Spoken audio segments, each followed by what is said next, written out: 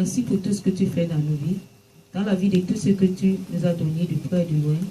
C'est toi, Seigneur, qui combat nos places.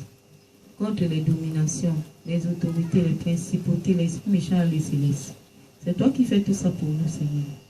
Nous te disons merci. En ce moment encore, nous te remettons toute la gloire. Dans nos vies, dans tout ce que nous allons faire avec toi, par toi, pour ta gloire au nom de Jésus. Nous te confions tout ton peuple que tu as préparé depuis la fondation du monde pour attirer à toi. Afin qu'il soit racheté. Béni soit ton nom. Ouvre l'entendement de tous. Dispose leur cœur et établis ta présence afin d'apposer ce que tu as préparé pour eux. Prends autorité et contrôle de tous ces lieux et ces flots. Dégage tout ce qui doit être dégagé et sème ce que tu dois semer. Que tes anges les assistent, les soutiennent au nom puissant de Jésus. Père, nous te disons merci. Reçois la gloire. Alléluia. Nous saluons tous les frères dans les 4 coins du monde entier et les sœurs. Que la paix du Seigneur soit sur chacun de vous.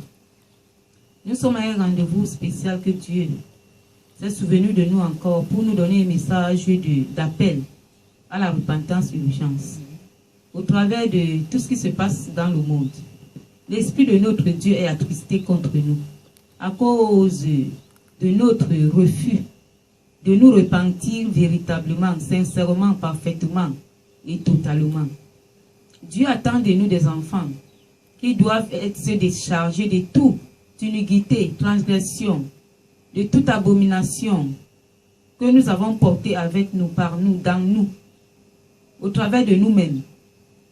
Dieu veut que nous soyons nettoyés, lavés, purifiés. Nous allons écouter le message que le Seigneur Jésus-Christ nous a donné. C'était une visitation. Nous allons écouter ce message. Pendant une rencontre avec Dieu, j'eus une vision au milieu de la nuit. J'eus une vision au milieu de la nuit. C'était comme un dimanche après-midi. C'était comme un dimanche après-midi. Vers 15 heures. Vers 15 heures. Certaines personnes étaient rentrées de leur culte. Certaines personnes étaient rentrées de leur culte. Et d'autres qui n'étaient pas au culte comme d'habitude. Et d'autres personnes qui n'étaient pas au culte comme d'habitude. Plongés dans leurs activités de dimanche après-midi. Ils étaient plongés dans leurs activités de dimanche après-midi. Les réunions de famille. Les réunions de famille. Les fêtes amies. Les fêtes amicales. Des plaisirs de tout genre. Les plaisirs de tout genre. Selon les désirs de leur cœur. Selon les désirs de leur cœur. Tout cela, c'était pour accomplir les désirs de leur cœur. Pour la satisfaction de leurs décisions. Pour la satisfaction de leurs décisions. Alors que toute la journée de dimanche. Alors que toute la journée de dimanche. Est le merveilleux jour du Seigneur. Est le merveilleux jour du Seigneur.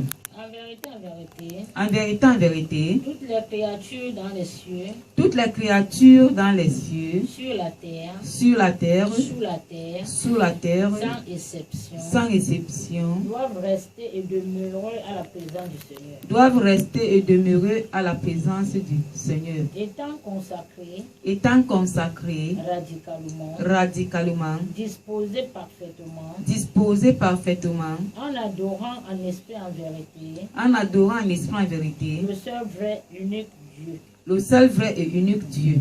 Créateur de l'univers. Créateur de l'univers. Les 24 heures de cette journée. Les 24 heures de cette journée, du journée de dimanche. Le jour du sabbat. Appartient totalement à notre Créateur. Ce jour est béni et sanctifié. Ce jour est béni, le 7e jour est béni et sanctifié. Par le Créateur. Par le Créateur lui-même. Dieu lui-même. Dieu tout-puissant. Lors de la création. Lors de la création, on l'avait sanctifié et béni ce jour, le 7e jour. Dieu lui-même avait sanctifié ce jour et béni. Il a sanctifié, il a béni ce jour. Cela veut dire ce jour appartient entièrement.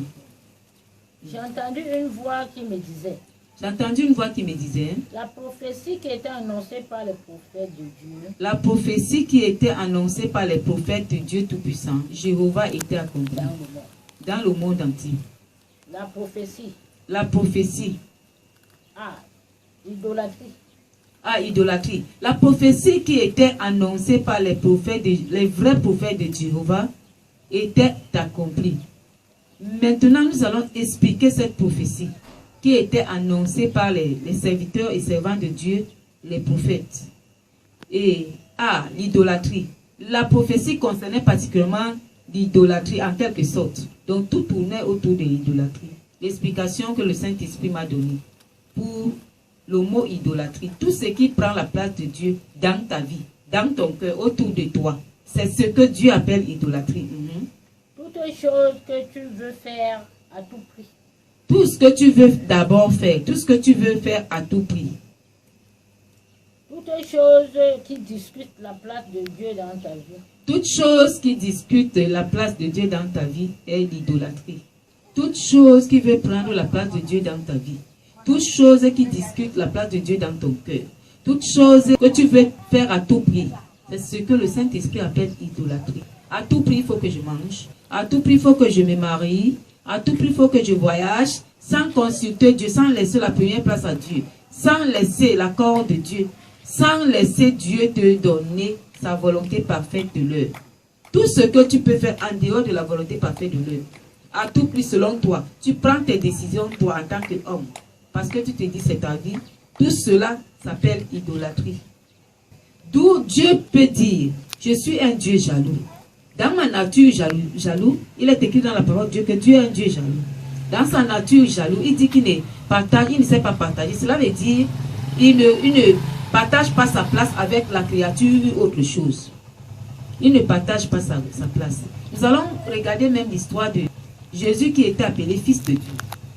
Jésus, étant dans le monde, il était toujours en train de nous expliquer que moi et mon Père, nous sommes un. Cela veut dire qu'il ne prenait pas la place du Père. Il prenait la place du Fils. Le Saint-Esprit place vraiment sa place. Mais ce sont les trois personnes dans la communion et l'union qui font une seule personne. Mais chacun a sa place dans le règne de l'éternité. Dieu le Père a sa place spécifique.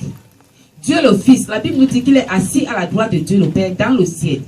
Cela veut dire qu'il n'est pas totalement Dieu le Père. Il n'est pas définitivement Dieu le Père. Il n'est pas pour toujours Dieu le Père. Mais il est le Fils de Dieu qui a pris sa place à la droite de Dieu le Père. Et le Saint-Esprit est le pouvoir qui agit au travers d'eux, à part eux. Et chaque personne, les trois personnes, Père, Fils, Saint-Esprit, chacun a sa place. Et ils respectent leur position. Les trois sont unis dans la communion, dans la connexion. Et Dieu dit, s'il y a autre chose dans ton cœur qui va prendre sa place, il ne partage pas. Dieu ne partage pas ton cœur avec ta décision. Ta vie, Dieu ne partage pas ta vie avec ce que tu désires ardemment avoir sans le concours, sans la volonté parfaite de Dieu. Il est Dieu jaloux. Nous devons éviter tout ce que Dieu ne veut pas. Dieu est en colère contre nous, contre l'humanité. Parce qu'on a éloigné de tout ce qui nous concerne. Nous avons pris d'autres dieux qui ne nous ont pas criés, qui ne nous aiment même pas. Nous sommes mis à les adorer, à les donner la première place de notre Créateur, à les donner gloire. Et Dieu ne partage pas sa gloire avec les hommes, ni avec quoi que ce soit. Dieu appelle tout le monde entier urgemment à la repentance. Tu vas te poser la question, mais moi, Dieu m'appelle à la repentance par rapport à quoi? Je suis juste, je suis saint, je ne connais pas ce qu'on appelle péché. Mais la même Bible nous dit que aucun homme n'est juste devant Dieu. Aucun homme. Tu vas te dire, oui, tu ne pêches plus, tu n'as plus le péché parce qu'il y a des grands péchés qui étaient autour de toi, tu les as dégagés. Mais il y a des petites choses, des toutes petites choses qui sont tout autour de toi, avec toi, en toi-même. C'est ça, c'est tout cela que Dieu veut que tu te dépouilles. Quand nous rentrons dans les Écritures, nous allons voir que même nos regards, nous ne péchons pas les regards. Nous ne péchons pas les pensées. Les pensées, nous sommes là. Les actions, le comportement. Quand Dieu nous appelle urgemment à la repentance, nous devons nous examiner. Nous devons rentrer en profondeur avec nous-mêmes par rapport à la parole de Dieu et tout ce qui se passe autour de nous. Parce que tout ce que tu peux faire du bien, selon toi, n'est pas toujours bien pour ton frère, pour ta soeur. Sûrement, tu as fait du bien selon toi, mais tu as énervé quelqu'un. Tu as mis mal à l'aise quelqu'un quelque part. Et pour cela, comme tu ne connais pas tout ça, il est important pour toi, pour moi, pour nous, de demander pardon à Dieu. Tout ce que nous avons fait, nous ne connaissons pas. Dieu lui-même prendra soin de dégager ces péchés dans nos vies. Parce que le péché, c'est une semence, mauvaise semence. Quand nous la semons dans notre vie, cette semence va nous coincer devant. Il est important pour nous, quand Dieu sonne, la larme, il sonne la trompette. Repentez-vous jamais. Je vous appelle à la repentance. Il est important chacun de nous d'entrer dans une intimité profonde avec Dieu, intimité personnelle avec Dieu. Et certainement, avant de sortir dans cette intimité-là, que peu importe le temps que tu pourras mettre dans cette intimité, le Créateur va te révéler beaucoup de choses que tu fais que tu ignorais. L'Esprit de Dieu n'a plus place dans les vies des humains. L'Esprit de Dieu n'a plus place dans certains milieux dits chrétiens. Pourquoi? Parce qu'on veut faire comme les autres. Je veux aussi. Je brûle les étapes. Je dois courir même quand le temps de courir n'y est pas. Je dois faire aussi comme l'autre, comme les autres. Alors l'Esprit de Dieu n'a plus de place. Non seulement dans des églises, même dans des familles, partout, l'Esprit de Dieu est abandonné. L'Esprit de Dieu par nous les hommes. Alors Dieu nous appelle à la repentance d'urgence. Dieu a vu la condition de l'homme. Il a sonné la trompette au travers de ses serviteurs, par l'évangile, les prédications, des enseignements. Dieu a vu que l'homme fait comme si il n'existait pas. Et après, Dieu a fait comment? Il a laissé les tremblements de terre passer, les fléaux passer, les maladies comme Covid-19.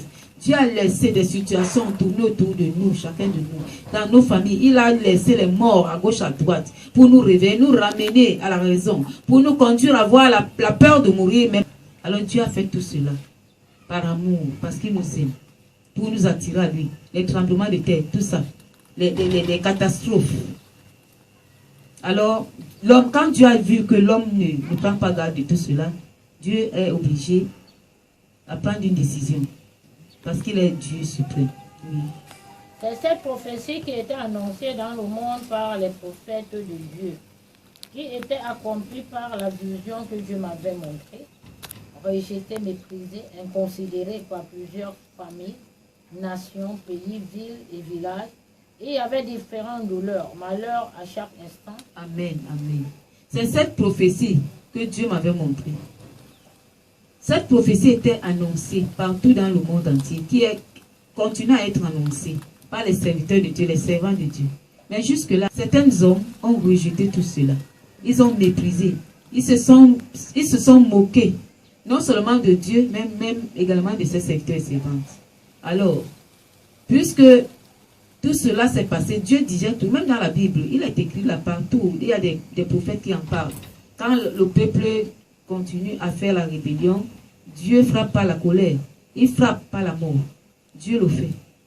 Dieu ne le fait pas parce qu'il déteste l'homme, mais Dieu le fait parce qu'il aime l'homme. Il veut que ceux qui sont morts avant nous, aujourd'hui, ce sont des révélations que Dieu nous apporte. Nous conduit à ne pas faire comme eux pour que nous n'arrivons pas à une dimension avec Dieu. Dieu ne veut même pas la mort du pécheur. Rentrons en profondeur. Nous pouvons être ignorants des péchés que nous commettons. Mais quand nous allons entrer dans la lecture de la parole de Dieu, là on était aveugle, que le Saint-Esprit nous donne la vue. Là on était sourd, que le Saint-Esprit ouvre l'entendement. Ça va nous aider à revoir ou voir là où nous avons gâté.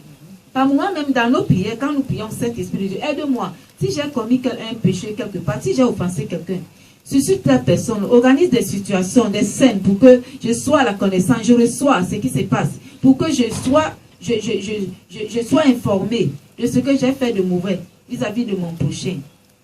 Alors, sitôt que le Saint-Esprit t'accorde cette grâce-là, cours rapidement réparer. Mais il y a des hommes et des femmes qui sont là dans le monde entier. Certains portant même la parole de Dieu, d'autres sont même dans le corps du Christ.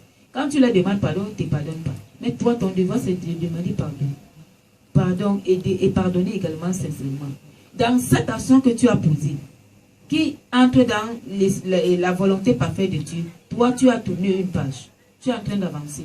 N'écoute pas, ne regarde pas les accusations, les jugements. Parce que par moment, il y a certaines personnes, tu viens leur demander pardon, ils se mettent à te juger, à te condamner. Ce n'est pas ce qui est important pour toi. Ce qui est important pour toi, c'est de demander pardon. Le jugement concerne la personne qui est en train de juger.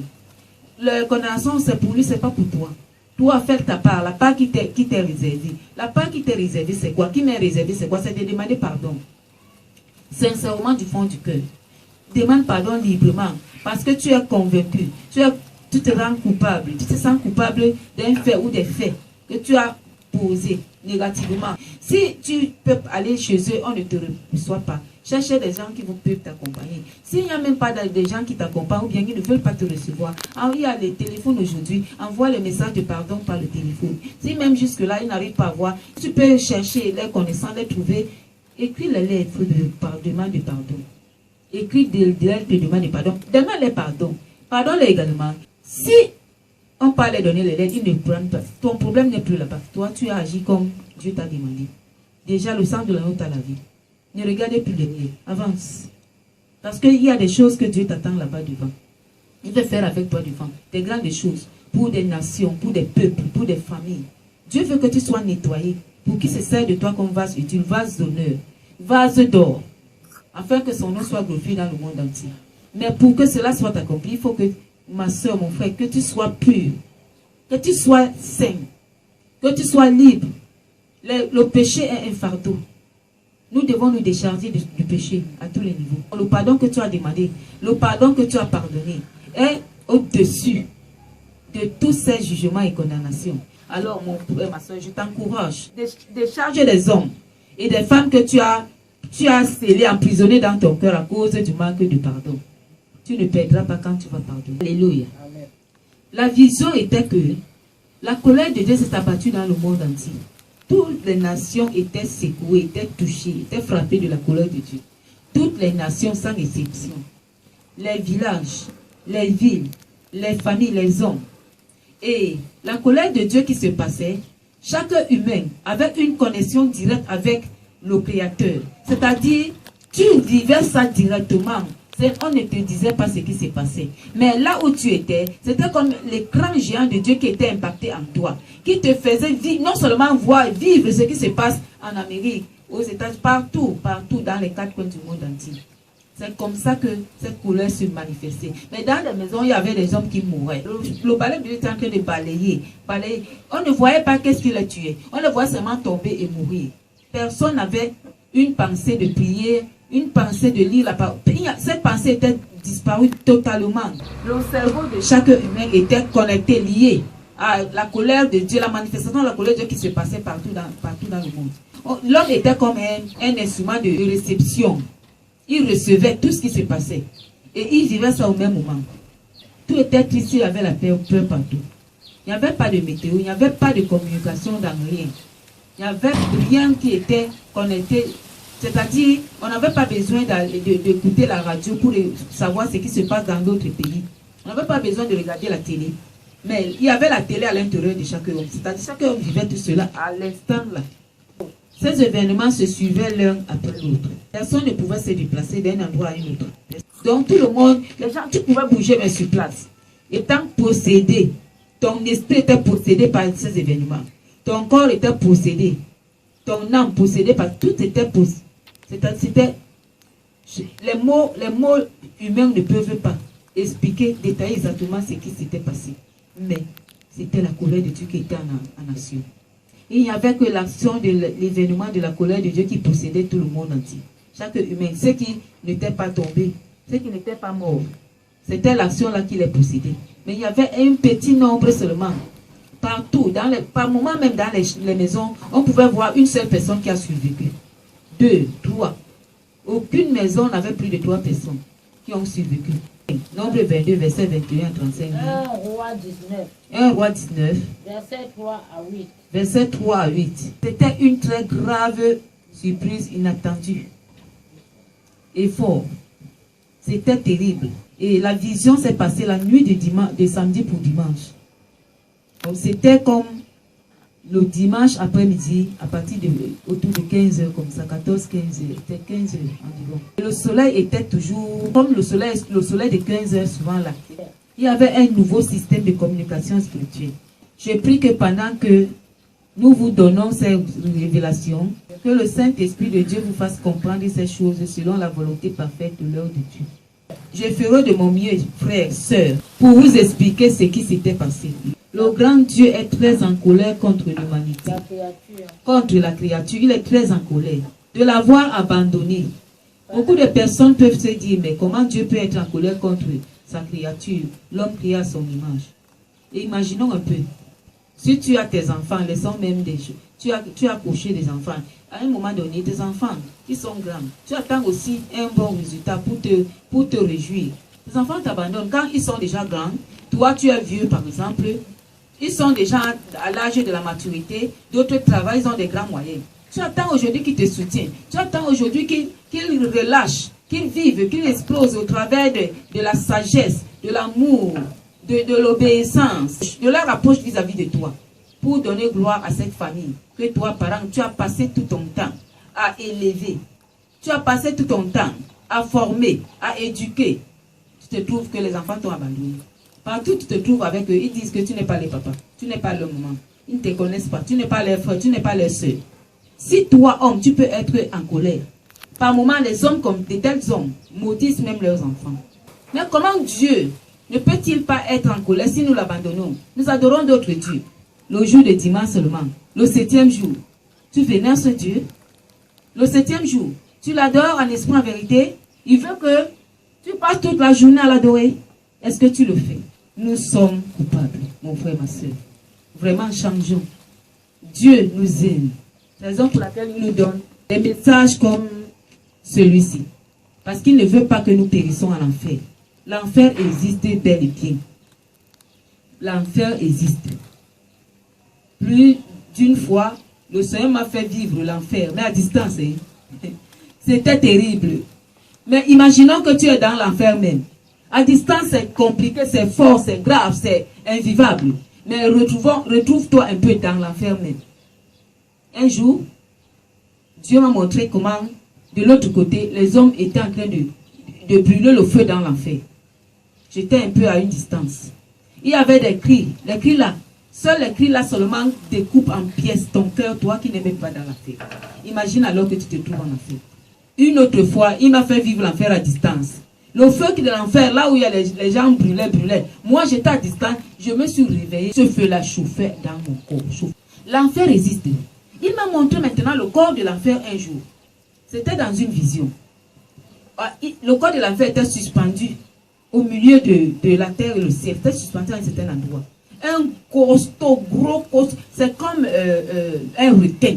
Un gros requin comme ça, avec les pieds, avec un costaud noir. Noir. Il y a les bras, il y a les mains, il y a les pieds. Et là, les ténèbres qui sont là-bas. La qualité des ténèbres là, c'est...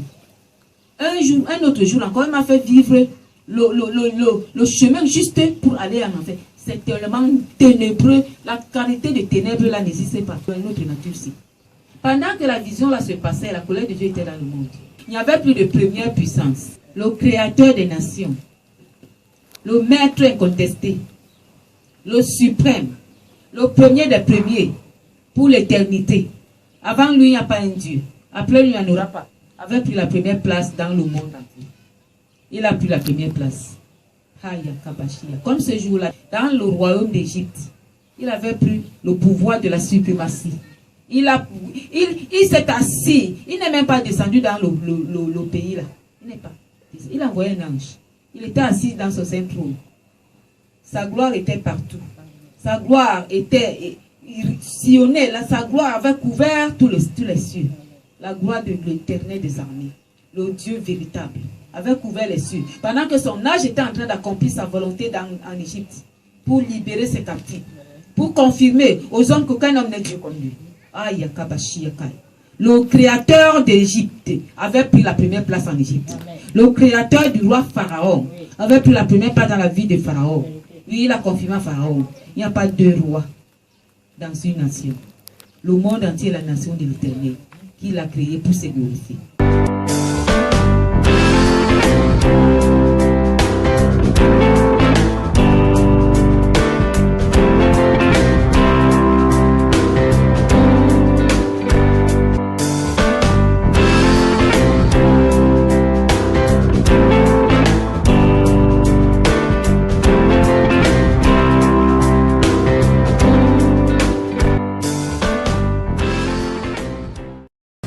Nuée d'insectes, pluie de feu et de soufre. La Bible est remplie de châtiments infligés par un Dieu vengeur. Des récits de mort et de destruction qui pourrait bien ne pas concerner seulement le passé de l'humanité, mais aussi son avenir. Si nous devions affronter de nouveau la colère de Dieu, elle pourrait être encore plus terrible.